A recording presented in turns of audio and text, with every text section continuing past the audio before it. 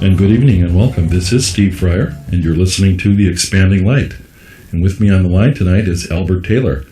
Albert is a NASA engineer, a scientist, a metaphysical researcher, a teacher, a lecturer, artist, and the author of the book Soul Traveler.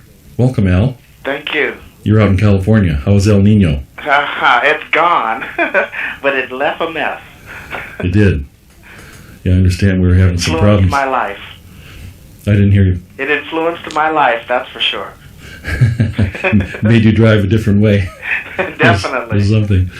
Well, anyway, I did hear you originally on the Art Bell show a couple of times, and I went out and got the book, and I thought it was a great topic, and I've been interested in soul travel quite a bit for most of my life, and I've read a couple of different books, but I've never experienced the phenomena. And I guess before we get into the topic, it'd be good for us to know a little bit more about you and how you got involved in all this. Because at first, I know you were an engineer working for NASA. You had a good job before you were an author. Oh, definitely, a wonderful job. What got you started in becoming interested in soul travel? Well, a lot of people ask me that question, and I have to say this, is that I didn't go out to get interested in it. The phenomenon came to me, and it came to me at an early age before I knew what it was, at the age of 5 years old. I've been having these experiences all my life. I just didn't know what they were until about 7 years ago. And something that is a prelude to the out-of-body experience or soul travel experience is night paralysis. And that's where you go to sleep at night, and sometime around 2 or 3 o'clock in the morning, you wake up feeling very alert, but you're incapable of moving and feel you feel paralyzed. A lot of times you can see and actually hear what's going on in the room, but you're incapable of moving. So that's been going on not only in my life, but in several members of my family's life for generations. I'd say even 200 to 300 years. So in my family, my grandmother would label that she would say that the witches are coming and riding you at night. That's why you feel paralyzed, because you did something bad. So you're sort of the broom then, you're the stick. Yeah, so with that kind of fearful condemnation, you can imagine that I've spent a great majority of my life dreading and fearing this phenomenon that would periodically happen to me without my consent. So what did it take for you to move from these witch rides or this frozen feeling to actually having some sort of control? When did that start to happen? Well, about 7 years ago, I used to have these paralysis episodes maybe about once a week. So that means about 4 times a month. Mm-hmm. But about 7 years ago, it began to increase in frequency. And it became incredibly progressive to the point where I was having them, on some cases, 3 times a night.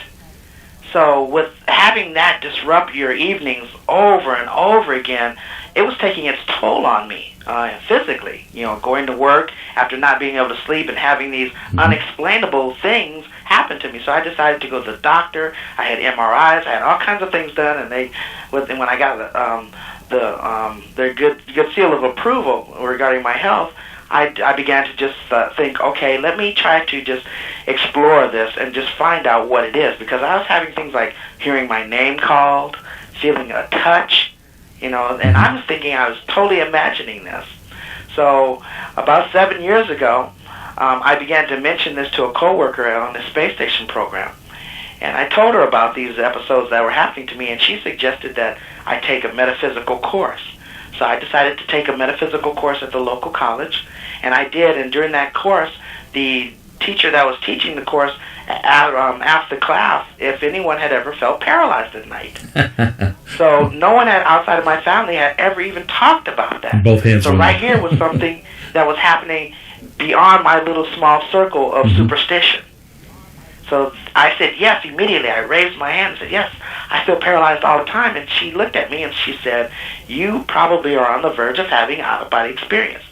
Now, coming from a scientific background, I would say I totally blew her off and did not believe in her at all. I did not think she knew what she was talking about. I was extremely skeptical, because I figured if you can't weigh it or measure it, then it doesn't exist. And I've been having these weird episodes all my life, and I knew they weren't out-of-body experiences. But then she said, you can't tell me what you don't know. And that meant the world of difference because I really didn't know much about it. All I knew is I was afraid of it. So that night, I decided, well, if this is an out-of-body experience, I'm going to go home, and this time I'm not going to fight it. I'm just going to kind of go with it and see what happens. Right. Mm-hmm. And I have to say that I was shocked because the first night that I had a different perspective on this experience, I had an incredible out-of-body experience that began to forever change my life. Now, for the listeners that perhaps aren't too familiar with the term out-of-body experience or soul traveling, why don't we give a definition? How do you describe this experience? Well, basically, out-of-body experience, soul travel, astral projection, going exterior, as the Scientologists would say, all of that has there's basically two different categories. The first category people are very familiar with, and that's the category that people like Betty Eadie and Daniel Brinkley have written about, and that's the near-death experience. And you can't control that either. The near-death experience, that's usually because of a trauma to the body. The person finds their consciousness or their soul, or whatever you want to call it, their spirit, outside of their physical body, usually floating above the body, looking down from a car accident or an operating room, from an operating room or something like that. Right. Then they have an experience, usually from there, with an angelic being, a relative, a dead relative, or a brilliant, intelligent light, loving light. Then about that time they have what's called a panoramic past life review. After that review, they generally come back to the body because that's why it's called a near-death experience, and they reconnect with the body and tell their story. Now, the spontaneous out-of-body experience is where I come in. That's my story. And this is where, this happens in a lot of ways. People, let's say gurus and yogis and things like that, have been doing this particular thing for a lot of years. And they've been able to do it through different meditation techniques. In my particular case, and in a lot of people's cases, what happens is I achieve that same level of let's say, focus during the sleep process. So when my body goes to sleep at night, my consciousness, for some reason, stays very alert. And when it stays alert to the point where it actually stays beyond the point of separation from the physical body, meaning that a lot of times when we go to sleep, we go into a dream state with our bodies. But what happens to me on a lot of occasions is my body actually falls asleep, but then all of a sudden my consciousness is at a superconscious level where I am totally aware that I am alert and that my body is sleeping and that I feel somewhat separated from it. That's when I usually feel that night paralysis. So when I enter that state of paralysis, being very aware, I found out that all I had to do was to think, I want to float upward, or I want to move beyond this room. And it would happen, and it would respond to my will instantaneously. Now, what you just described sounds a lot like what some people would describe as lucid dreaming. Mm-hmm. Is there a difference in your mind? Definitely. Lucid dreaming is basically an aware situation in a dream material-like environment. Yeah, my understanding of lucid dreaming is where you would start to fall asleep but then stay sort of awake as well and be able to control the dream. Well, that's not the lucid dreaming. That's the process of getting to the dream, the lucid dream. Okay. That's, when you fall asleep. See, and that's an avenue.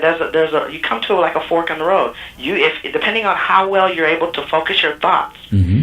you can either slip into a dream state where you have no control at all and you're a passenger, or when the body falls asleep, you can create a dream from being very lucid in the dream, and you see dream material and you interact with the dream material, or you can let the body fall asleep if you can focus your thoughts well enough where you actually feel you no longer feel connected with the physical body. So then after that, the experiences that you have are with the real physical world, meaning that you can go and see rooms and locations that really exist, mm-hmm. come back and write about them in detail. And that's something that separates the out-of-body experience from the lucid dream. So the lucid dream is more of a fantasy state then? It's an experience in a dream-like environment. Okay. You may be very conscious, and you may even, it's not extremely separated because, in the out-of-body state, what I found out is I'm not alone. And there are a multitude of intelligent, non-physical entity-like things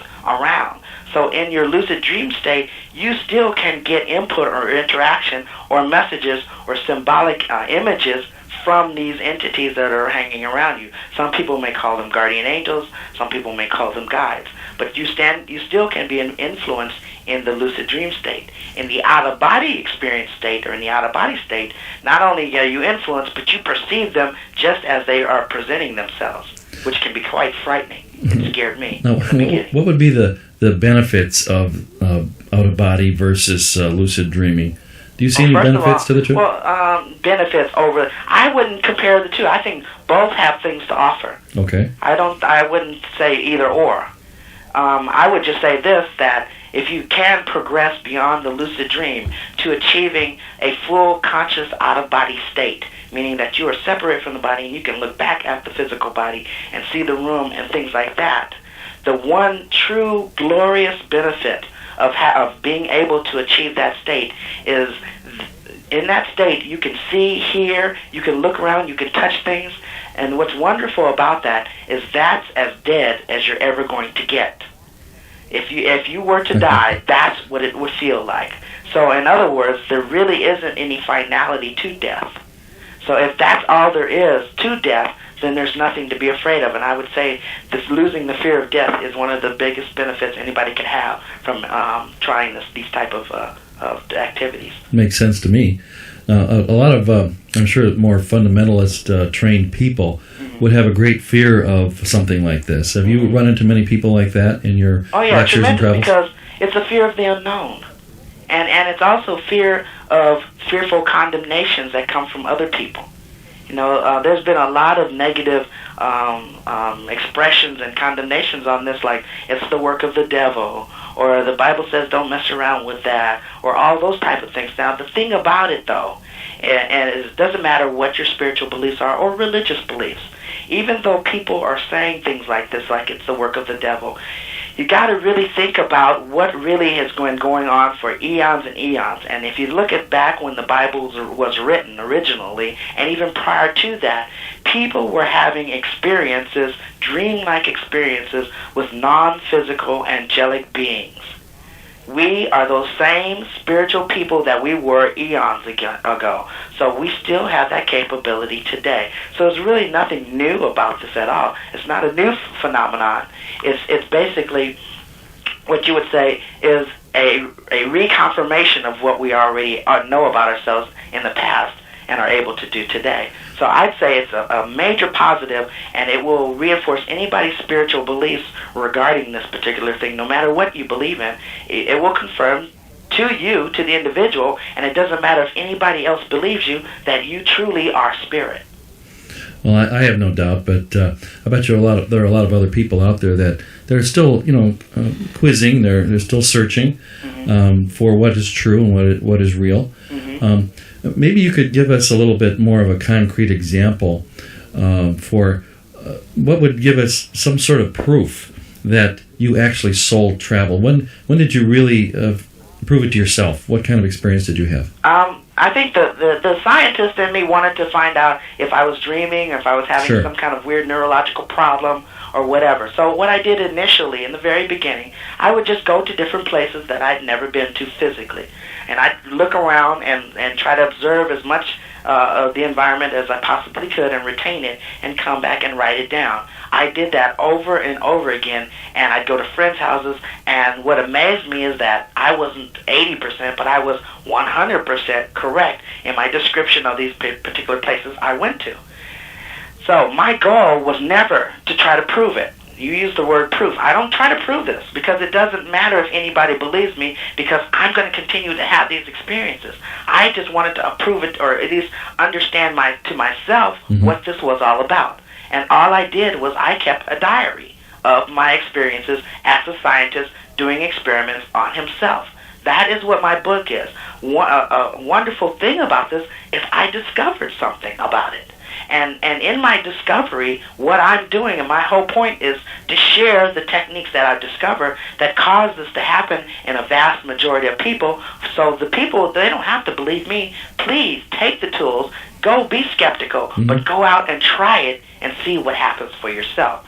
People, I get tons and tons of letters from people all over the world who have done this, and some were skeptical, some were atheists, some had spiritual beliefs, some had religious beliefs. It doesn't even matter. I'm getting letters from people who are finding that they not only are able to travel out of body, but they are finding out also and having experiences with their higher selves or guides or non-physical beings, and it's changing their life profoundly.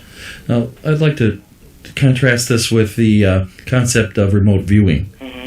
Have you done any remote viewing? It sounds like you have. If you could soul travel somewhere and, say, be in someone else's house and look around, how would this? Why couldn't you use this as a military tool to, go visit Iraq or whatever and see what's going on, where those chemicals are that Saddam Hussein's hiding somewhere? Is that possible through soul travel? It's funny because I didn't start hearing about remote viewing until in the last few years. I know the military, I heard people like Ed Dames and a few other people have been doing this type of research under wraps for the government for a long time. And I also knew that the Soviet Union was doing it also. Matter of fact, I think they were a little bit more advanced than we were. Now, as far as me doing RV, I'm not interested in RV because to me, the RV is like watching a football game, and out-of-body experiences is like playing in the game. I'd rather be there in a non-physical sense, moving around the room instead of viewing it from a particular perspective of the room. Traveling, and I'm not saying that RV, and they should not be compared, because both are talents of the spirit.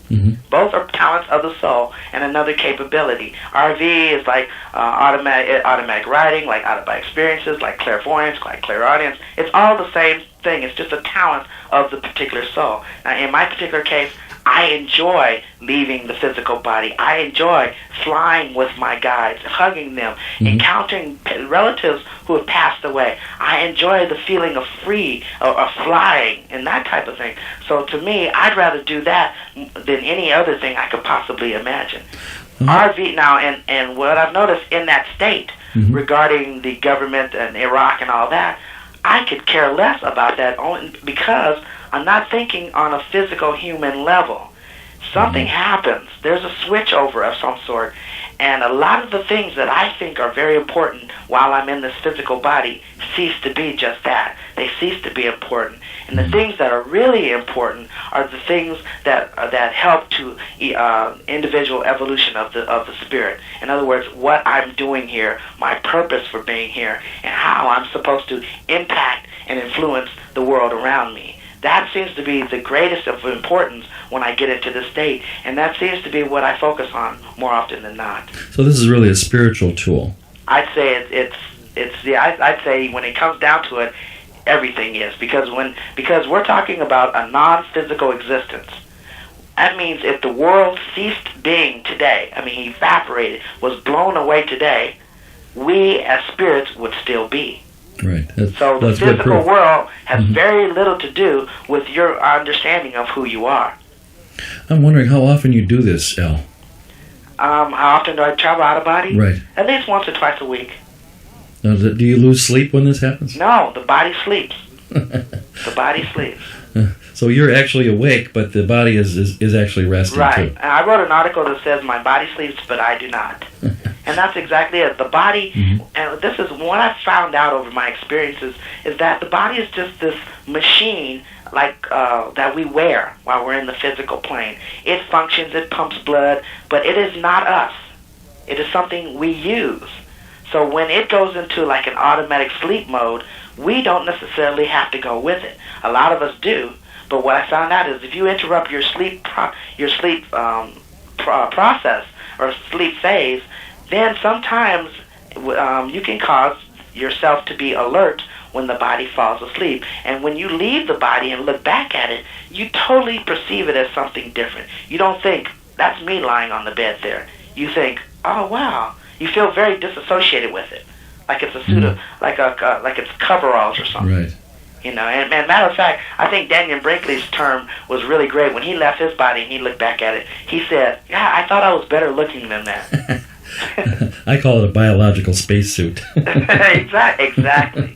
That's exactly what it is. So it's not us. It sounds like when you're out there traveling around in your soul body or whatever you call it, you do not have the ability to do anything along the lines of evil. Would that be a fair statement? I don't say it. I think I have free will no matter what, Okay. but I see the insignificance and unimportantness of it. Well, I'm just thinking here. Some people might want to learn to do this to go in the girls' locker room or something. Well, this is what I think. I think because we're not talking about. This is something that is truly on a spiritual guided level, and it has to do with evolution of spirit. And as you evolve, if you evolve to the point where you can leave the body, then you're not going to be the same individual that would do something to harm someone.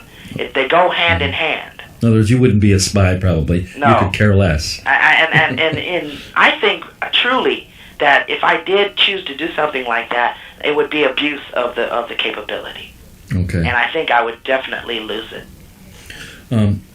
What kind of things do people have to do to get ready to soul travel? What kind of things should they be doing in their lives? Well, okay, first of all, there's two things. There's a technique, and then there's house cleaning. Okay. House cleaning, let's talk about the technique, and then we can go into the house cleaning. We've got a couple minutes before the break. Just a couple minutes. Okay. The technique is, the best thing I can offer is in my book in chapter 14, where you interrupt your sleep process. You go to sleep at night about 10 o'clock. You set the alarm clock to wake up at 1:30. You get up, stay up for 2 hours, don't eat. You can drink water, then go back to sleep. Well, that is a great way to interrupt the sleep phase. The body wants to sleep 4 more hours, but for some reason, the consciousness is awake. That is a great way of leaping into the out-of-body experience. Now, as far as evolution of spirit, the further along the evolutionary path the spirit is, the greater the capability while out of body, and the more of the openness or the access to various levels of vibration that you will have as an evolved spirit. So you cannot evolve on a continuous basis if you don't start behaving a certain way in the physical world. I'm thinking there must be some signs that people could look for, like a checklist almost, to let them know if they should even attempt this. Well, yeah. Basically, I think here's some clues. If you've ever heard a loud buzzing sound late at night when you're drifting off to sleep, if you've ever awakened from a nap or sleeping and you felt vibration, like your body was trembling, right? If you fly in your dreams, or if you have lucid dreams. And this is the part that scared me. If sometimes when you're falling asleep or right before waking up, you hear your name called. All of those are indications that you may be capable of achieving an out-of-body experience. Very interesting. We're speaking with Albert Taylor, and he is the author of the book Soul Traveler, A Guide to Out-of-Body Experiences and the Wonders Beyond. And we're back. This is Steve Fryer, and you're listening to The Expanding Light. With me on the line from California tonight is former NASA engineer and scientist Albert Taylor, who is the author of the book Soul Travel, A Guide to Out-of-Body Experiences and the Wonders Beyond. Al, are you there? Yes. Okay, great. That's Soul Traveler. Traveler, right. Soul Traveler. Right. How's the book doing, by the way? It's been out bestseller. Been out for about how long? Bestseller 3 months ago. It came out in the Wisdom and Literature Top 40 as #1. It's doing wonderful. When did you first put it out? It came out 1.5 years ago. That's great. But it just started getting a lot of visibility this year with all the lectures and the activities that I've been doing lately. So it's a slow build, but it sounds like it's paying off. It's got momentum now. Momentum, yes. Publishers like that. I was wondering, during the break, what kind of experiences have you had, let's say recurrent experiences, especially with, have you met anyone you know or say relatives that are either here or on the other side? Well, that's a great question because, when I was experimenting with this, I didn't have a lot of resources to go to and clarify and tell me what was going on. So a lot of this, I was doing some trailblazing on my own. And one thing that I didn't know about, and I would say up until this point, I didn't even accept, was the life after death concept. You didn't. So having an experience back in 1993, I was out of body, flying around like I usually do, but this particular time, I felt like I was being summoned or called to a particular level of vibration. Mm-hmm. And I say that because it's not a location, it's a different change in your vibration of being. and you can perceive a different reality. That's what realities are. At the physical level, it's a very slow vibration, and at the astral level, which is right above the physical, is a higher vibration, and then there are multiple levels above that. So I was flying around, I'd say, at the astrophysical level, but I felt called to a different level. And at this level, I perceived this environment with a multitude of beings. And I have to tell you, I was scared to death because I wasn't really accepting that there were really non-physicals that existed, let alone close to me or being able to interact with me. But in the midst of all these beings, there was one particular entity that I recognized which shocked me. And I perceived this particular being as my aunt. And my aunt died back in 1982 of cancer at Cedars-Sinai Hospital. So, and I was a pallbearer at her funeral. Mm-hmm. So this was the first entity or being that I had known in the physical world that I had seen while out of body. And I have to tell you, my mind just ran amok because I didn't know what to believe. And I looked at this, and the more and more I looked at this being, and it wasn't just looking with physical eyes, I perceived this being. And when we're talking about perceptions, I'm talking about more than just visual recognition. I'm talking about I felt her, and I felt who she was. So there was a multitude of validation hitting almost every kind of sense that I had, if that makes any sense to you. Right, it makes total sense. So I knew, beyond a shadow of a doubt, that this was my aunt for more than just visual reasons. And then once I accepted it myself, I had to ask her. I said to her, or at least I projected, because that's how you communicate, is in thought forms, right? Mental images. Mind and my mental question was, "Aren't you dead?" What else you gonna ask, right? Because I wasn't quite putting it together that I was very similar to her, except I had a place to go back to. Right. I hadn't put that together yet. So I thought, well, maybe she's traveling out of body, but no, she died, and I was having all these conflicts going on in my consciousness. And this really caught me by surprise, because I felt and I heard her say, yes, yes, and it's wonderful. That changed my understanding in a lot of ways. Not only was she fully conscious and fully the being that existed in the physical plane, but now she was still conscious and the same being in a non-physical plane, and felt that she was much, much better off. I see. So I thought to myself, and I began to understand a lot more about life and death. And when we leave the physical body, that not only are we going to retain all of the five senses that we have, but we're going to leap over the five senses and gain kind of the senses that come with a superconscious level. And that's understanding who and what we are. We have great peace in that kind of knowledge and understanding. Now, it took you quite a few years, it sounds like, for you to move from just moving around in the 3D environment and then onto the astral environment until you got to a place where you could meet someone, another soul.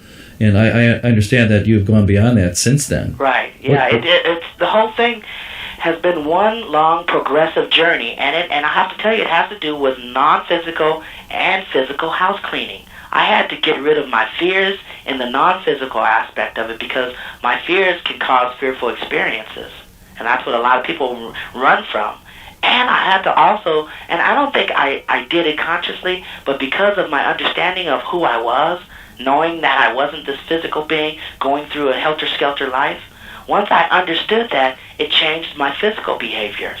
What kind of insights have you gained, either through talking to your aunt or some of the other non-physical beings, as far as to the meaning of life here on planet Earth? What have you learned?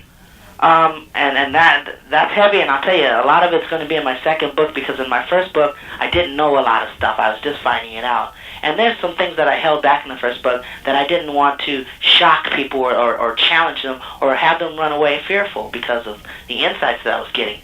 But I have to tell you, pieces of life have been put together through these experiences, and some of the pieces involve the birth process, the life process, the death process, and the reincarnational process, from death to life again. Well, give us one little tidbit. On the expanding light, we are open to these things. Mm-hmm. So if you could that's share wonderful. something. That's wonderful. You'd be surprised. Some people are very, very much afraid of these concepts. Well, our job is to educate. Mm-hmm. So if you've learned something about the meaning of life, please share it. Well, basically, we are, every one of us is an evolving spirit. Every one of us is on a path headed in the same direction. We've just progressed at different rates along that path. Life, what's wonderful about understanding reincarnation, and I'm not saying that we have to come here 100 times, we have to come here enough times to evolve. Some of us can do that very rapidly in just a few lifetimes. Some of us, I call it affectionately, repeaters. Some of us have to come back a lot of times just to get little tidbits of higher self-awareness. But all of us see, and one of the things that I found out is when you leave the physical body, one thing that ceases to exist is time. There is no time beyond the physical plane. So we have all the time in the universe to accomplish this goal of evolution. And we are all evolving down a path to a particular destination. And that destination that I found out has to, a lot of people call it becoming a co-creator with God. Right. Now, I'm not talking about you go to heaven and you're locked behind some gates and you sit around playing a harp all day. I'm talking about co-creating on a non-physical and a physical level with God. So that's it takes a lot of understanding. It takes a lot of evolution. It takes a lot of life experiences to mold the soul into this co-creator. So that's why we keep coming back here over and over again, and that's why we get placed into these situations where it challenges us in so many different ways. Matter of fact, it takes us to the limit of our understanding and willingness to let go. A lot of us have experiences that are designed to help us to evolve. That's why, my particular stress or stressful situation in life may not be like yours. You may have another formula to cause learning to commence.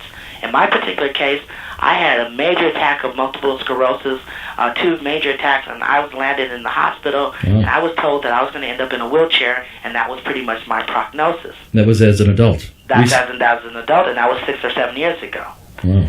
Having these out-of-body experiences, they began to progress at that particular time also. So, understanding it as I do now, I had a choice back then.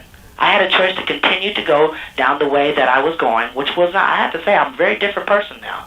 But I had a choice of continuing that direction, which would have led to possibly a wheelchair and who knows what else, or making a major shift in consciousness and understanding and going the route that I'm presently on. And that's being a contributor to my environment rather than a one taker. Takes. So would you say you're healed now? Well, put it this way. It's been 6 years, 7 years, and I was supposed to be in a wheelchair 4 years ago. I've had 0 reoccurrences of the disease. The brain damage, the damage in my occipital lobe that originally I had 7 years ago has shrunken almost to nothingness. All of the symptoms, meaning I had eye jitters, paralysis, equilibrium problems, all kinds of stuff, have 100% disappeared. That's fantastic. I am fine. So you would attribute all this to soul travel? I would say, your spiritual journey. Awakening as a result of soul traveling. Okay. Changed my life. So now I understand what I'm supposed to be doing, and that was my wake-up call. That's when I like to say, the S fell off of my chest. And I realized that I was very human. Matter of fact, I realized that not only did I not have control of my body, because my body was doing things that I could not stop, but I wasn't even in control of my life. And that's when I decided, and that's when matter of fact, I surrendered, and I got in tune with the flow of what God had planned for me. I bet you thought you were in control, though. I thought I was, but I got a rude awakening. But now, since I've made that shift, I have to tell you now, my life is full of one miracle after another. They keep coming, and I'm totally blown away at the things that happen in this particular being's life. Now, it sounds like you could almost start a school to teach soul travel. Do you know of any such organization that can do that?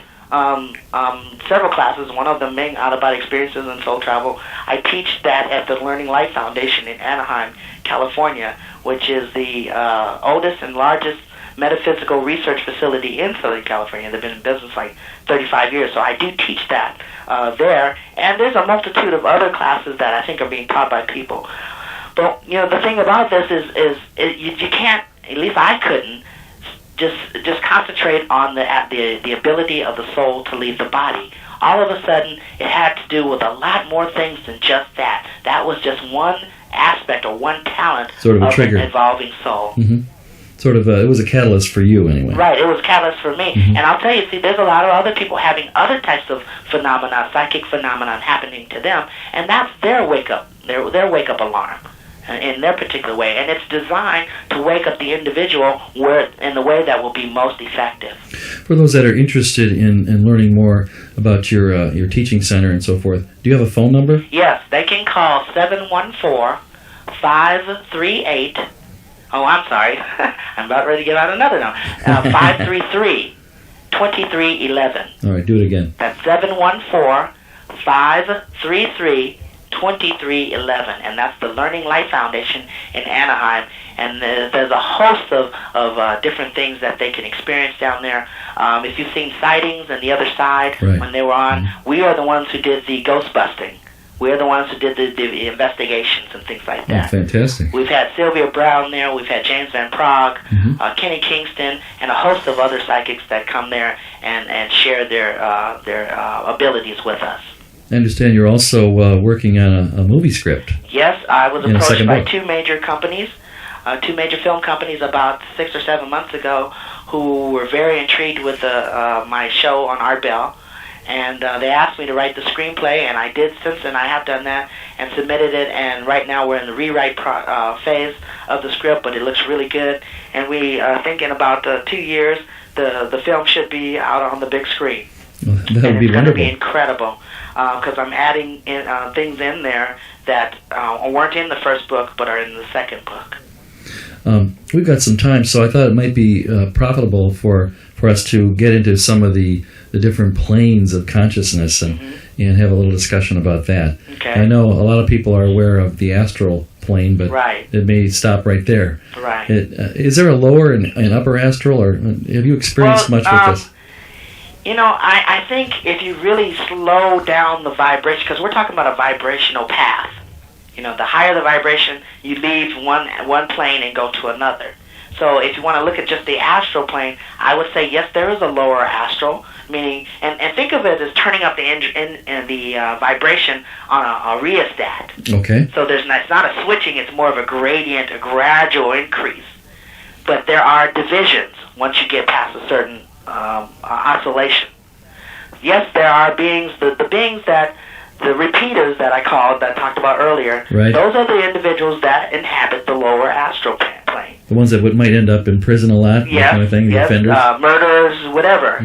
People who have not exhibited with attributes of an highly evolved soul, meaning they've been very materialistic, very narcissistic, and things like that, and their behavior has been accordingly. Would that be akin to what Christians might call hell? It could be in a sense, but the thing about it is you can't believe in reincarnation and hell at the same time. They conflict with each other.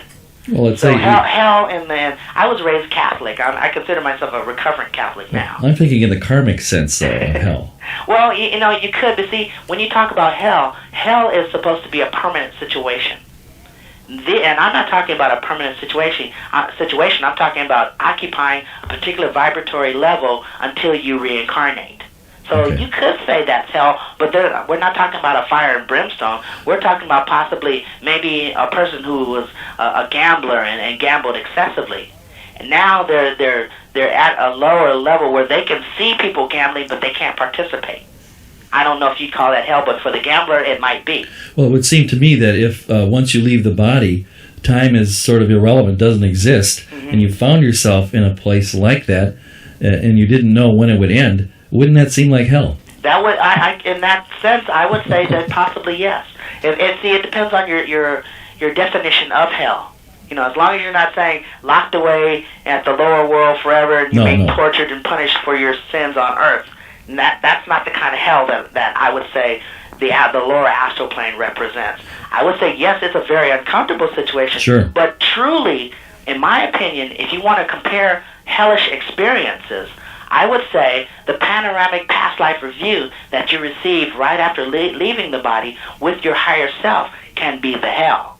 Far more than just a temporary existence on the lower astral plane. And Daniel Brinkley described that pretty well. Yes, he did. In his book, and exactly that. Now think about this.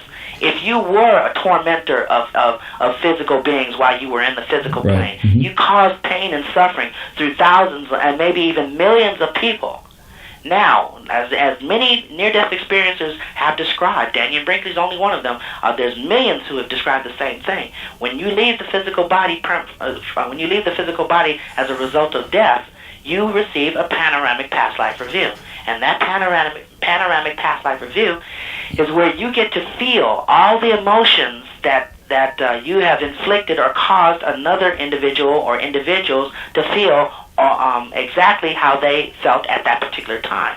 So if you've caused them pain, stress, and if they've gone out and caused pain and stress to someone else as a result of your actions, you get to feel that. Not see it, feel it.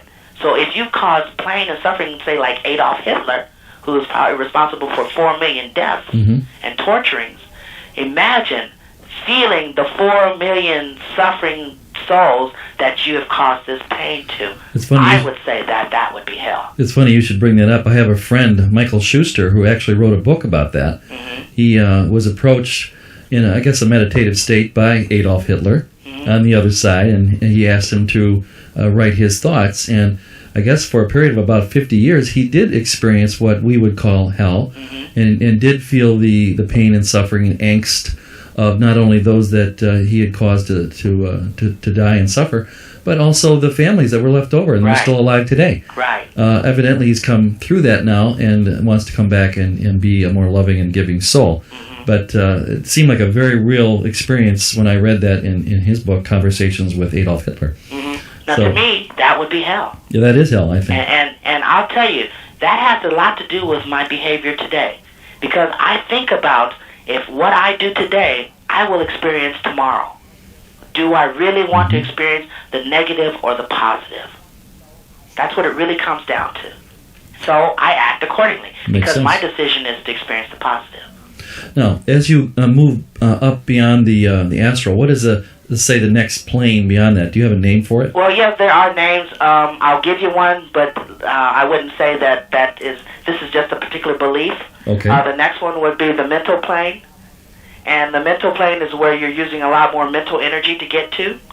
A lot of people think astral projection encompasses all out-of-body experiences, but it's not. Astral projection is just that, projection to the astral plane. There is projection to the mental plane. Now, what I found out is going to these higher levels of consciousness, the mental, causal, and eventually the etheric plane, like Dr. Douglas Baker mentions in his books. What happens is you have to leave or transition from the astral body. You no longer have this doppelganger that simulates the actual physical body on these higher planes. On these higher planes, what you're existing in is the light body, which is known as the etheric body in some cases. So, and that experience is different from the ones in the lower astral plane or astral plane, because when you exist outside of the astral body and the etheric body, that's when you exist as a pinpoint of consciousness, and that is I tell you, that can be very, very disorienting. But wonderful. I've heard of quite a few Eastern, especially religions, who make a whole religion out of this. The ancient science of soul travel, I believe Ekankar is one, and there's other ones that it was based on that I'm totally familiar with, that actually say that you need a guru to move up through these planes because they feel that you could become misguided or have some problems. Well, I think it's important to have a mentor when exploring the unknown, because that way you don't have to reinvent the wheel. Okay. It's like going through a dark cave with a guide. The guide knows where the low ceiling is. He could tell you and stop you from bumping your head, or you could just march on in there and figure it out for yourself. I'd rather have the input. Well, how much is there really to fear, Albert? Excuse me. I would say the greatest thing to fear while exploring alternate states of consciousness is your own ingrained fears, because you take those fears into the experiences with you. Other than that, basically because you're not alone, and it is the most incredible experience a soul can have while physically incarnating on this earth. There's very little to fear once you overcome the basic fear itself.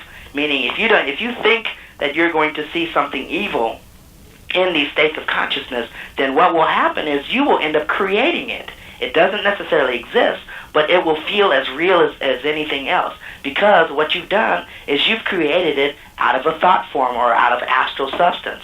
And I'll tell you, if you envision a lion or something like that biting you, it's going to seem just like a lion, as real as any lion on the physical plane, and its teeth are going to be sharper than any lion you can imagine, and the pain is going to feel as intense as a physical pain.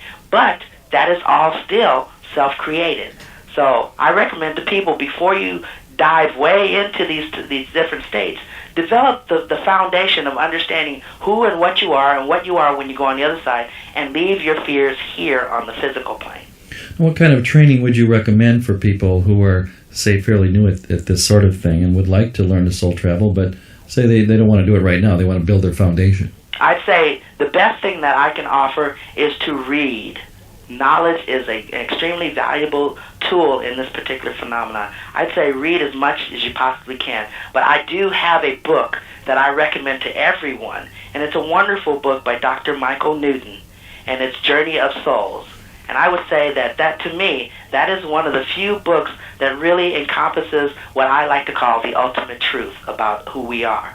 So that's something that you can start off with that book. My book has a lot of insights on it, and other books, but I'd say reading is the best way, because not everybody is going to be able to take these tools that I've offered in Chapter 14 and actually go out and have an immediate experience. Some people are going to slowly get there, and that's a good thing, because you can get in over your head very quickly if you don't understand what's going on there. I'm wondering, since you've done this so many times and over how many years? About 4 or 5 years? Well, consciously over the last 7 years, but without knowing what it was, over the last 36 years or so. How would you say, besides the healing that you've experienced in your physical health, what other kinds of things have developed for you in terms of your enjoyment of life on Earth? I can recognize the decision. See, everybody has a decision point that comes up in their life periodically, and that decision point is set there by spirit or higher self. It's set there as a step to evolve. Now, we, as with free will, can either turn left or turn right. Now, let's just say the direction that spirit wants us to go is toward the right, toward higher evolution. Well, in the past, I wasn't able to clearly recognize when I arrived at these particular points. But now, it's strange, because I look for them now. And not only do I look for them, I accurately identify them, and it's helped me to make the decisions that I've needed to make to go on to the next level. And when I go on to the next level, that's when miracles start to literally happen in my life. And I'm really talking about miracles, things that I cannot mentally explain on a physical level. I cannot explain why the doctors told me I will be in the wheelchair and suffering from a multitude of secondary problems, and I'm not. I can't explain that. That, to me, is a miracle. Well, Al, we're out of time, unfortunately. And I want to thank you for being on The Expanding Light. My pleasure. Albert's book is Soul Traveler, a guide to out-of-body experiences and the wonders beyond. Look for it in any good bookstore. It's by Albert Taylor. Albert, thanks for being here with us. My pleasure.